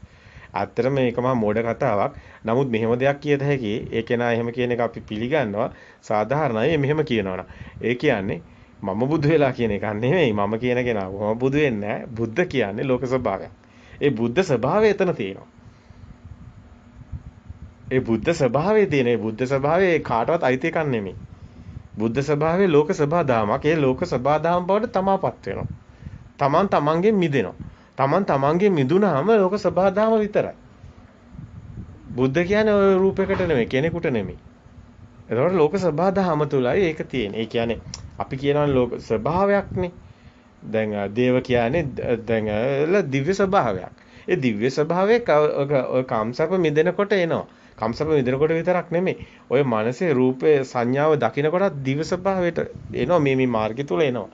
මාර්ගය තුල බ්‍රහ්ම ස්වභාවය මනසින් දැනෙනවා. ඒ කියන්නේ ඔය කම්සප්ප පැත්තෙන් පොඩක් යනකොට යාට දැනෙනවා රූප සංඥාවත් අරූපෙත් දැනෙනවා. අරූපෙ දැනෙන මට්ටමේදී යාට දැනෙනවා ඒ බ්‍රහ්ම ස්වභාවයේ තියෙන ඒක ඇවිල්ලා මනුෂ්‍ය ස්වභාවයක් නෙමෙයි. ඔය මනස තුළ ඒ තියෙන දියුණු අවස්ථාව ඔබටම හොඳට පේන්න ගන්නවා. ඔබේ මනසම දිව්‍ය ස්වභාවයක පවතිනවා. ඒ තුළ මේ පුජ්‍යල භාවය ගිලිහෙනවා. ආත්මීය සංකල්පෙන් මිදෙනවා. ආත්මීය සංකල්පෙ මිදුනම දැන් යාට මිනිසෙක් කියන්නේ කොහොමද? දැන් එයා ගැන විතරක් හිතනගෙන එයාට එයා කියලා කෙනෙක් නැහැ. එයාගේ රූපෙනුත් එයා මිදිලා. දැන් එයාට ඒ රූපෙත් එයා නෙමෙයි. එයාට එහෙම කෙනෙකුත් නැහැ. දැන් එයා කවුද එතකොට? අර බුදුහාමුදුරු බුද්ධ කිව්වා වගේ වචනයක් ඒකට ඕන වෙනවා. ඒක ඇතන දිව්‍ය ස්වභාවය තියෙන්නේ. ඒක ඇතන ඒක යනකොට බ්‍රහ්ම ස්වභාවය එන්නේ. මේවා තව හොඳට පැහැදිලි කරන්න වෙන වෙනම මාතෘකා විදිහට අරගෙන අපි බලාපොරොත්තු වෙනවා. ඒ මාතෘකාවම හොඳට පැහැදිලි කරන්න. දැන් මෙතන අපි බලාපොරොත්තු වුණේ ඔබට පැහැදිලි කරන්න මෙන්න මේ ශුන්්‍යතාවයම නොවන බව. ශුන්්‍යතාවය තුල මිනිස්සු හිතන් ඉන්නේ ශුන්්‍යතාවය කිව්වොත් හිස් කියලා.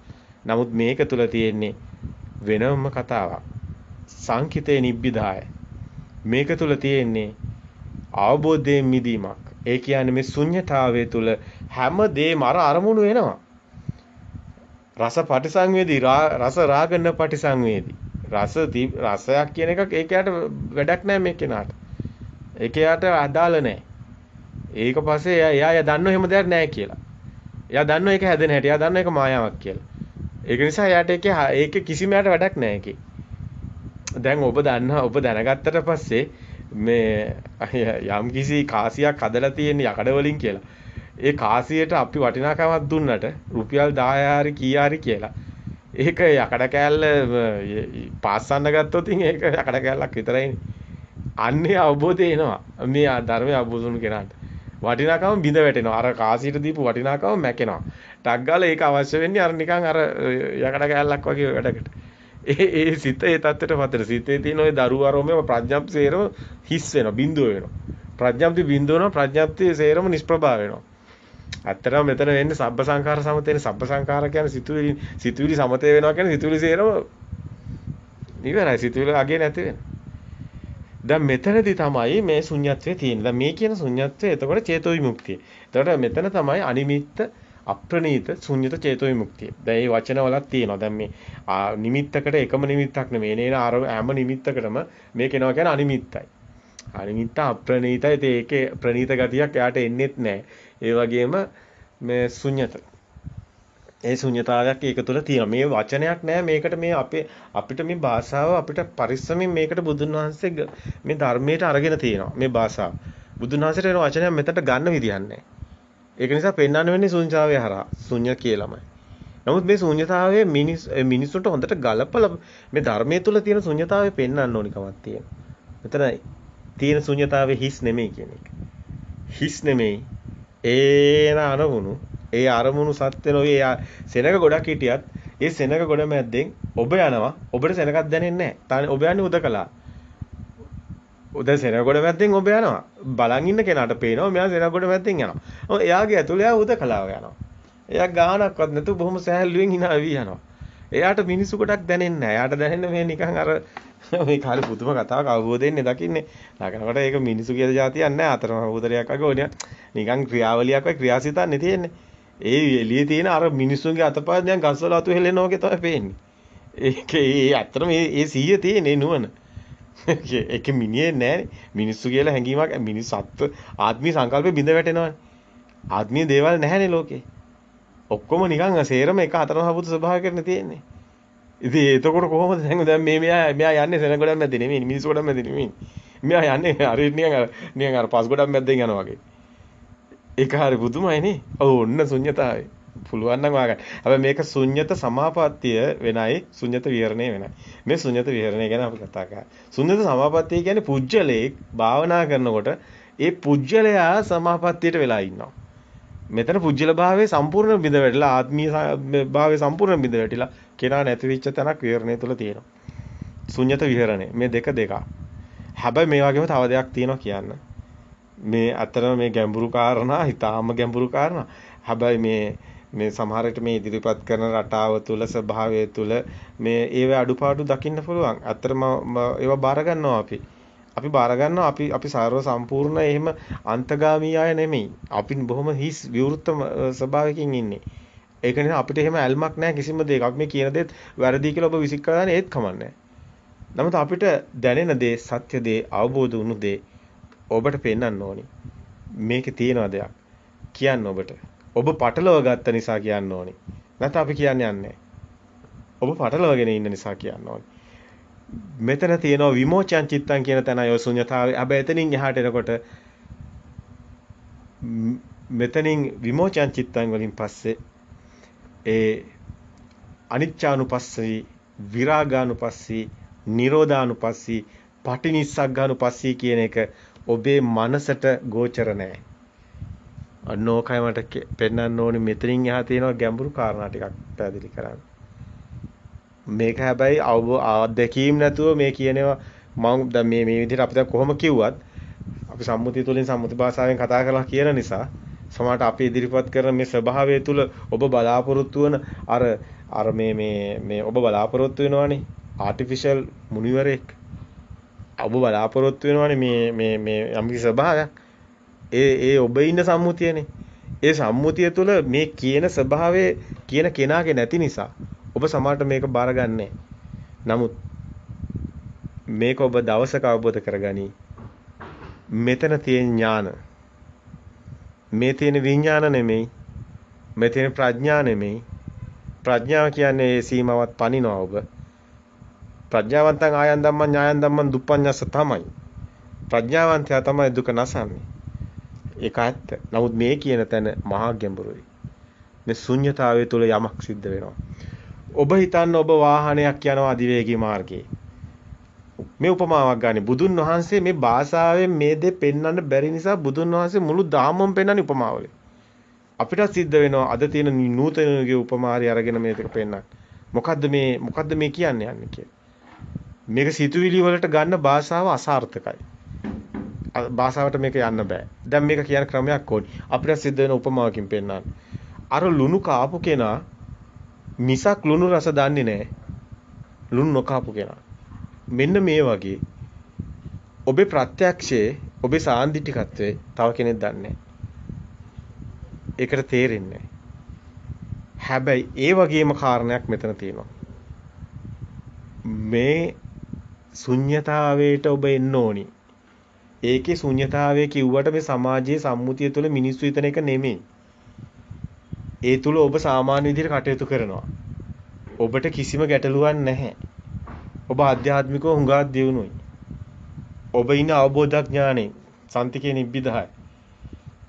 ඔබ මහා දියුණුවක තුලයි ඉන්නේ. ඔබ අනිදස්සන විඥානයේ ඔබ ක්‍රියාසිත තුල ඉන්නේ. ඔබ ක්‍රියාසිත හඳුනනවා. ඔබ ක්‍රියාවලිය දකිනවා. හැබැයි මේ තුල යමක් සිද්ධ වෙනවා. අර අධිවේගී මාර්ගයේ යන වාහනේ කොච්චර දුර ගියත් යමක් සිද්ධ වෙනවා. මොකද්ද ඒ වාහනේ දවසක නවතිනවා. ඇයි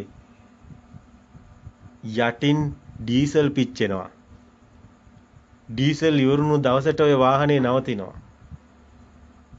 මෙන්න මේකෙත් ඒක වෙනවා. ඔබ මේ ක්‍රියාවලිය ක්‍රියාසිත පීඨවගෙන බලන්න. ඔබ නොහිතන දෙයක් ඔබගේ සසර මට මේකට කියන්න වෙන වචන නෑ සම්මුතියෙන් කතා කරන්නේ. ඔබ තුල තියෙන අවංකත්වය, ඔබ තුල තියෙන කුසලතාවය මේකට වෙන කියන වචන නෑ. හැමතිස්සෙම මම ඒක කියන්නේ ඔබ විසින් මේ ධර්මයේ සත්‍ය ඥානයේ පිහිටපු ඒ දියුණුව අනුව ඔබගේ මනස කෙලෙස් නිස්ක්ලේශී ස්වභාවයකට කෙලෙස් ගිලිහෙන ස්වභාවයකට මෙන්න මේ ශුන්‍යතාවය තුල ගමන් කරනවා. හැබැයි ඒක ඔබ කරනව නෙමෙයි ඔබට ඥානයක් පිහිටනවා මේකන. ඔබට ඥානයක් තියෙනවා මෙතනදී. මේක විඥාන නෙමෙයි. සිතුවිලි වලට ගෝචර නැහැ. එහෙම එකක් නෙමෙයි ඥානයක්. ඔබ ඥානේ ඔබට මේ ඥානේ විඥානේ ප්‍රඥාවේ වෙනස ප්‍රත්‍යක්ෂව ඔබට දැනෙන්න ගන්නවා. ඔය ශුන්‍යතාවය තුල ක්‍රියාසිතට බෑගෙන ඉන්නකොට. ඔබ හැමතිස්සම ඒ ධර්මයෙන්ම දකිනවා. ඊට පස්සේ සතර ඉරියව්වෙම ඔබට ධර්මයෙන් පිට දෙයක් නැහැ. ධම්මා විනා නත්ති පිතාච මාතා. ධම්මයෙන්ම තමයි තියෙන්නේ. ධම්මෝ හවේරක්කති ධම්මචාරී හවේරක්කති තමයි මෙතනින් යාට යන්නේ. ධර්මයේ තුලයි ඔබ ඉන්නේ. ධර්මයේමයි ඔබමයි ධර්මී. මේ ධර්මයේමයි. ඔබ ධර්මය ඔබට වෙන නමක් නැහැ. ඔබ පුජ්‍යලෙන් නෙමෙයි. ඔබ ධර්මී. සබා ධර්මයේම තමයි. ඔබ සබහා ධර්මයේම තමයි. ඔබ සබහා ධර්මයට අයිති වෙනවා ශුන්‍යතාවය තුළ මේ බුදුන් වහන්සේ දේශනා කරන මේ වොස්සග්ග පරිණාම නිවනට නැමුණු කෙනා යෝගාවචරය ගැන මේ කතා කරන්නේ. මේ කතා කරන කෙනා අති ශ්‍රේෂ්ඨයි අති දියුණුයි. මේ කෙනාට ඒ ශරීර ධාතුව පොළවට මේ මොහොතේ පස් වුණත් නැවත ආය ආත්මයක් කොහොමද පිහිටන්නේ නැහැ. ආයේ කොහෙවත් උපදීලි නැහැ. ඒ කෙනාගේ ඒ සිත මිස කය නැති බඹලෝ තමයි සුද්ධාවාස තමයි. වෙන දෙයක් නැහැ කොහෙවත් නැහැ කයක් නැහැ. මේ විඤ්ඤාණ ධාතුව නිෂ්ප්‍රභා වෙනවා මේ ශක්ති ලෝකයේ තුල ශක්ති ස්වභාවය තුල ශුන්‍ය වෙලා යනවා. ඒ ශක්තිය මේ ශක්තිය ජෙනරේට් වුණු ශක්තිය ෂේ වෙලා යන්නේ වෙන මෙතනදී. මෙතන තමයි මාර්ගය තියෙන්නේ.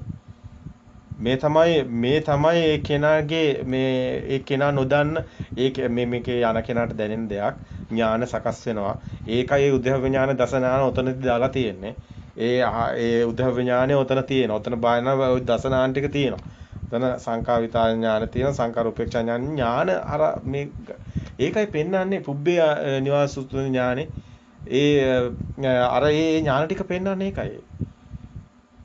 ඒ ඥාන කියන්නේ මේ මිස් පුතග්ජන මනුස්ස සම්මුතිය තුල කතා කරන ඒ නිකන් පිස්සු කතාවක් තියෙන ඒක නෙමෙයි මේ. ඒගොල්ලන්ට වෙන දෙයක් දන්නේ නැහැ. ඒක නිසා ඒගොල්ලෝ ඒව අල්ලගෙන ඒගොල්ලෝ ඒක කියවනවා. ඒ මේකක් නෙමෙයි. ඔබ තුල එනවා විමෝචයන් චිත්තං සිතින් මිදුණු තැන ශුන්‍යතාවයේ තුල අනිච්ඡානුපස්සී විහරණේ විරාගානුපස්සී විහරණේ එනවා. ඒ කියන්නේ ඔබ තුල නිබ්බිදාව වෙනවා. ඒ නිබ්බිදාව කියන්නේ කලකිරීම නෙමෙයි. ඔකම හැමතිස්සෙම අපි මේ හැමතිස්සෙම ඔබට දේශනා කරන්නේ සත්‍ය. සත්‍ය තුල ශුන්‍යතාවය තුල තියෙන නිබ්බිදාවක්. ඒ නිබ්බිදාව කලකිරීම නෙමෙයි. ඒ නිබ්බිදාව සිතෙන් සිත මිදෙනකොට ඒ උපදිනු සිතෙන්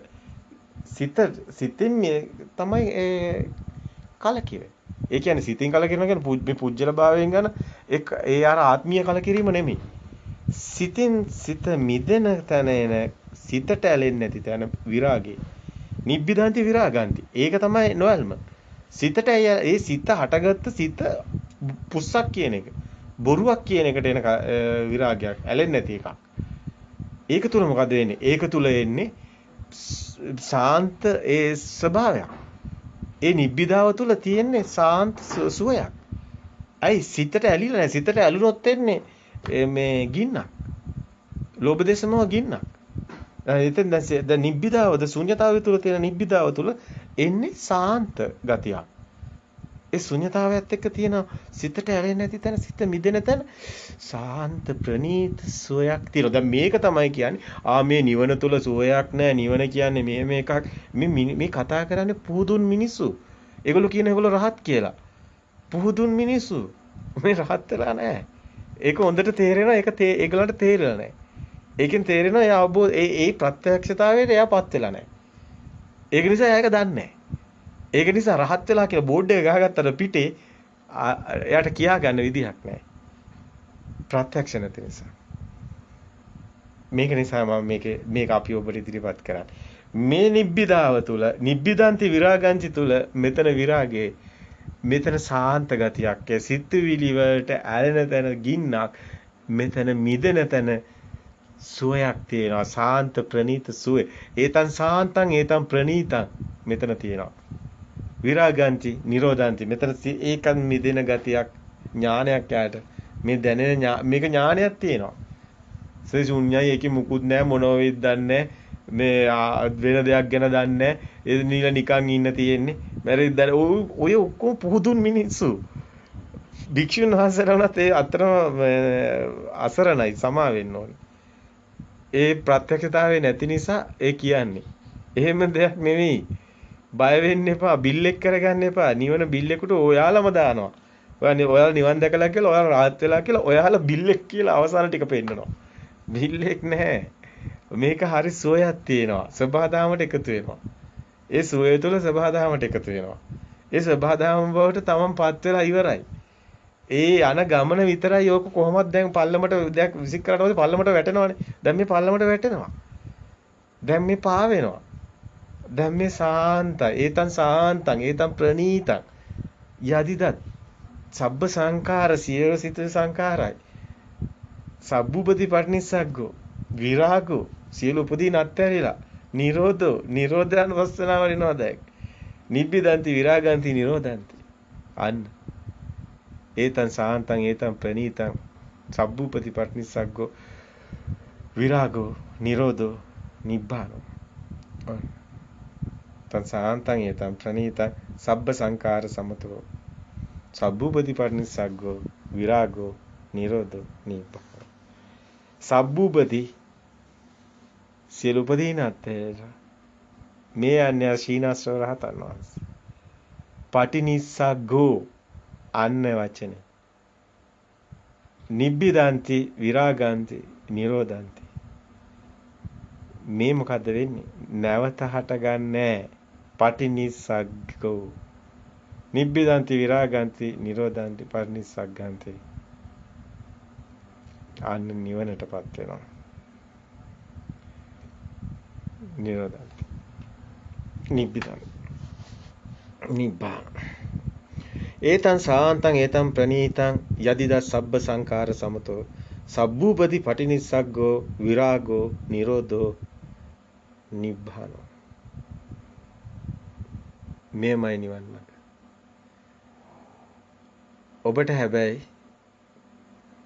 මේ මඟ තුල මේ අවසාන සීනාස්ත්‍රව රහතන් වහන්සේ මේ අන්තිම නිබ්බිදන්ති විරාගන්ති නිරෝධන්ති පටිනිස්සග්ගානුපස්සී කියන මෙන්න මේ භාවනාවේ මෙතනත් භාවනාවේ කොටසක් තමයි. නැහැ කියන්න බෑ. මේක සබහාදාමේ න්‍යායට සිද්ධ වෙන. තමන්ගේ ගුණ ධර්ම, තමන්ගේ අවංකත්වය, තමන්ගේ ඒ ගෙනාපු දර්ශන සමාපත්තියේ ඒ මුලින් තමන් ඇති කරගත්ත ඔස්සග්ග පරිණාම ඒ දර්ශන සමාපත්තියේ මුලින් ඇති කරගත්ත ඒ කුසලතාවය නිවන් දකින්න. ඒ තමයි කුසලය. ඒ තමයි ඔබ මුලින් ඇති කරගත්ත දේම තමයි අවසානයේ කරා ගෙනියන්නේ. පිරිසිදු භාවය. ඔබගේම අතුලාන්තයෙන් මහා මේ සබහා දහම බවට ඒ පත් වෙන දේ ඔබ හිතලා කරන දෙයක් නෙමෙයි. ඔබට වෙන දෙයක්. ඒකයි ආනන්ද හාමුදුරුවෝ වීරයෙන් අර රහත් භාවයේ වෙනුවෙන් ඒ රාත්‍රිය ගෙවෙනකන් කටයුතු කළා. අවසානයේ සියල්ල අත්හැරලා දානවා. උත්සාහය අත්හරිනවා. හැබැයි ඒ අත්හැරලා හාන්සි වෙන්න ගිය තැන ඒ පස් අධ්‍යයේ උන්වහන්සේ නිවන් දකිනවා. ඒ උන්වහන්සේ කරන දෙයක් නෙමෙයි. ඒ සබහා දහමේ අවස්ථාව දකිනවා. සබහා දහමේ න්‍යායක් එතන තියෙනවා. ඒ සබහා දහමමයි සත්‍ය. එයයි අපි කිව්වේ සබහා දහමමයි අවසානයේ. මේ සාන්ත ප්‍රණීත නිවන තුළ සබහා දහම බවට පත් වෙනවා. සීල ශක්තිය විඥාන ධාතු එතනින් සෝපස්සේස නිබ්බාන ධාතු කියන ඒ සලආයතන නිරෝධෝ නිබ්බාන කියන තැනට භව නිරෝධෝ නිබ්බාන කියන තැනට මේ ආයතන වලින් මිදුණු ඒ ඇත්තටම එතන නිවනටපත් වෙලා අවසానයි. කය පවතින පොළොවට පස් වෙන තැන බුදුන් වහන්සේ අපි ඉදිරියේදී අද කාලේ ගෙවි ගිහින් තියෙන ඉදිරිපත් කරන්න අනුපස්සේස නිබ්බාන තියෙන තැන ලොකු දෙයක් දේශනා කරන්නේ නැහැ. ඒ ගාථාව අපි ඔබට ඒ සූත්‍ර පාඨය අපි ඔබට ඉදිරිපත් කරන්න. ඒ කය පොළොවට පස් වෙන තැන බොහොම සරල සිද්ධියක් තියෙනවා.